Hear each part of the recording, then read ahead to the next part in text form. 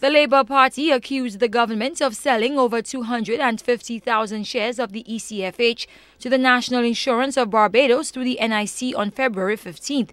Opposition leader Dr. Kenny Anthony claimed shares were sold at $14.75 a share on the East Caribbean Stock Exchange.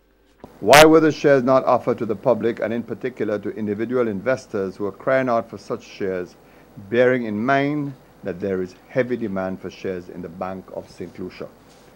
Why were the shares sold at below the most recent market price of $15, which stood for more than a month and thus depressing the value of the shares held by other investors? What are the proceeds of sales, some $3.7 million, to be used for? Dr. Anthony said his party would not sit by while the government uses money from that sale, over $3 million, to finance the National Development Bank. The Labour Party and its executive have lodged heavy protests against such an institution.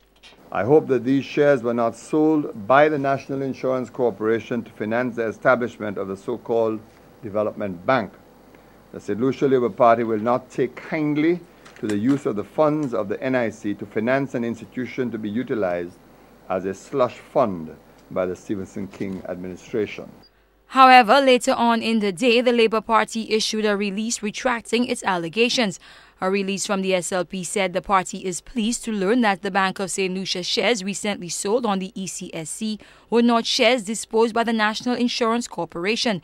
The SLP release said it regrets any embarrassment its release has caused to the National Insurance Corporation. Carmi Joseph, HTS News, Channel 4.